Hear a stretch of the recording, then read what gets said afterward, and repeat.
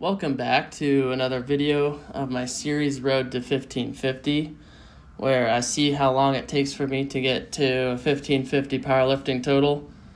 Currently sitting at a 1270 total, so I've got a long ways to go. But I hope you guys enjoy this journey with me as I continue making these videos of my weekly trainings.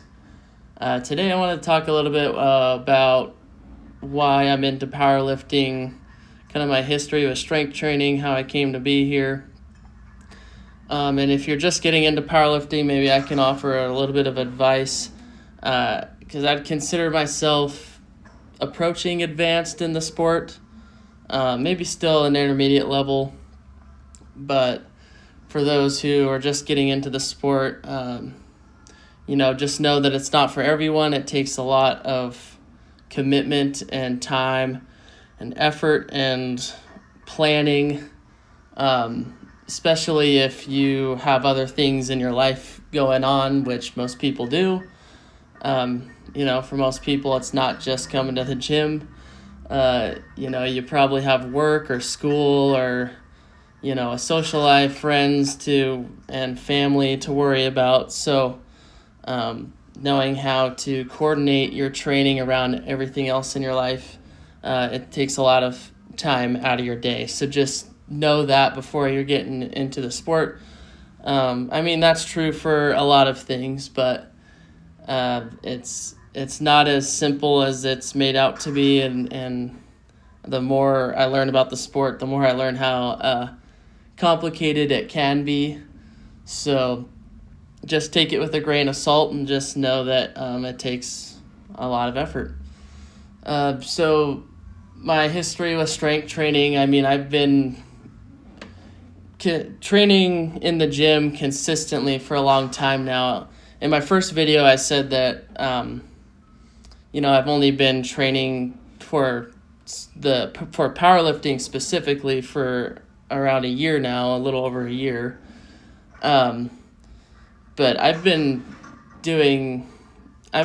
strength training in the gym for probably 5+ years, and then my experience with the gym, just going to the gym, is 8 to 10 years, give or take. So I have a lot of experience with that under my belt, and I've always been self-coached, which can be difficult. But I don't know. I just watched a Calgary barbell video of him explaining, whether or not getting a coach is good for you, or whether or not you should get one. And one of the things he said in that video is that no one needs a coach, but it doesn't necessarily mean that you shouldn't get one. So kind of depending on where you are in the sport and what your goals are, yada, yada, yada, how far you want to get, it's likely that getting a coach will speed up the process. But the way I kind of see it is that I'm very fascinated in learning about the sport.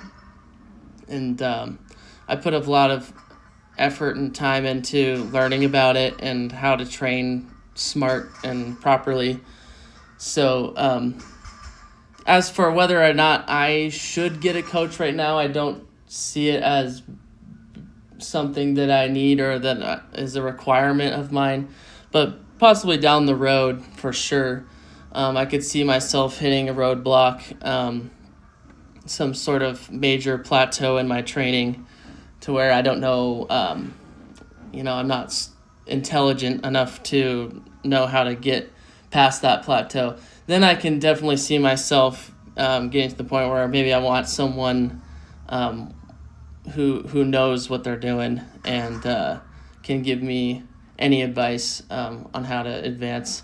But as for right now, I've been progressing pretty steadily, and I'm pretty happy with the progress that I've made. Even right now, I can tell that I'm definitely above a 1270 total.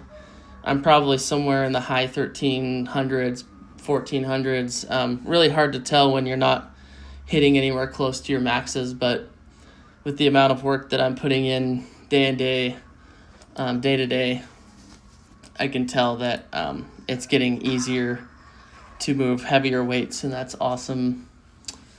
But anyways, before powerlifting, I was into a sport called Olympic weightlifting. For those who don't know, Olympic weightlifting is a sport that consists of the snatch and the clean and jerk, those two movements.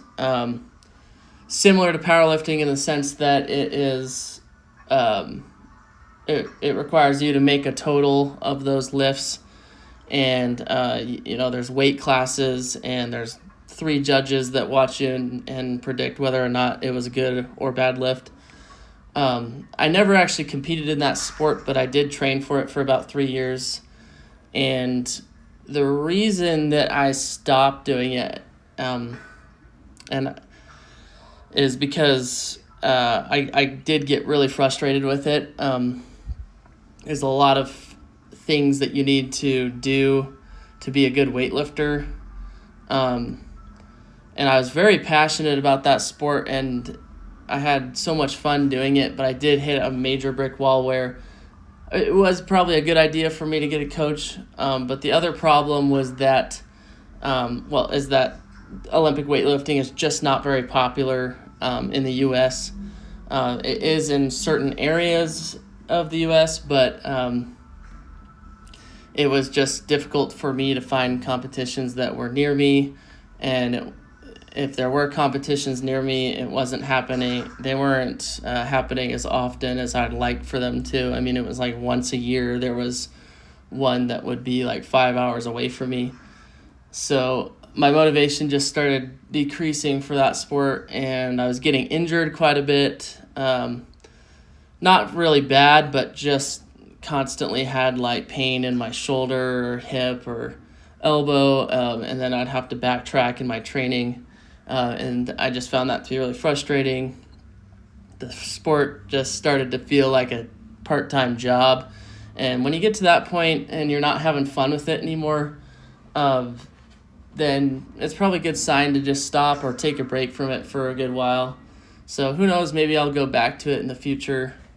But as for right now, I mean, after powerlifting, I kind of put myself into some rehab and just kind of fixed my body and got my joints feeling right, and that took a good 3 or 4 months of just kind of leisurely coming to the gym and working on myself.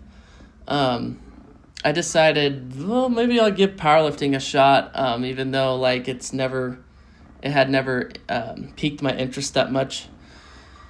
But as I got into it and started doing real powerlifting programs and kind of going all in on it, I started to like it more and more. And then I signed up for my first competition, and I did that, and I did fairly well. So all of that just compounded, and then I don't know, here I am. I like this sport more and more every day. I do like the simplicity of it. Even though I did just say it was complex, the training is complex. And, it's a lot more long-term than I thought it would be. And I've just learned a lot more about how to kind of keep my ego down. That's a big one. Because in weightlifting, I tried to drive myself too much in the sport, and I would just get to a point where I injured myself or, had to do some mobility, go back to my mobility work. Whereas this sport, I don't have to work on mobility nearly as much, but I do stretch and I foam roll and I do cardio and all the things that are necessary for me to maintain a healthy body for the sport. Anyways, that's kind of a good history of why I got into powerlifting and why I'm continuing on doing it. As for why I have this goal, I kind of explained in the last video, but after my first competition, adding 100 pounds, give or so, to each of my lifts equaled 1550 total, and so I came across that number after my first comp and just started gunning for it. Now I'm making this video series, and it is kind of increasing my motivation even more to get that done, and it's fun to have a number in mind and something to chase. So anyways, yeah, that's kind of my history in powerlifting. As for this week, it went fairly well with these tempo bench presses. Last week when I did them, I explained that I wanted to control that descent a little bit slower, and so I definitely focused on that this week and took those eccentric reps like 3 to 4 seconds this week instead of like 2 seconds that I did last week, and that made a huge difference in how difficult it was. I did the same weight this week that I did last week, and last week I was doing 205, but I was doing it for 12 reps, and this week I did it for 7 and got the same amount of, it took the same amount of effort to do it with those slower descents. But yeah, I hit, what was it, of 475 doubles this week with the deadlift. That felt really heavy, but it was, when I look back at the video, it moved so fast. And that's what I'm noticing more and more as I get better at this sport, is that the weights always feel super heavy, but I'm moving them really efficiently and quickly. So it's looking a lot better as I get better at the sport. Yeah. Thanks for watching. Hope you enjoyed kind of hearing more about my history in the sport. If you guys have any questions or about whether or not you want to join the sport of powerlifting, or you have questions about what program I'm doing or anything related to that, go ahead and comment below, and I'll try to answer all the questions that are commented. Thanks for watching.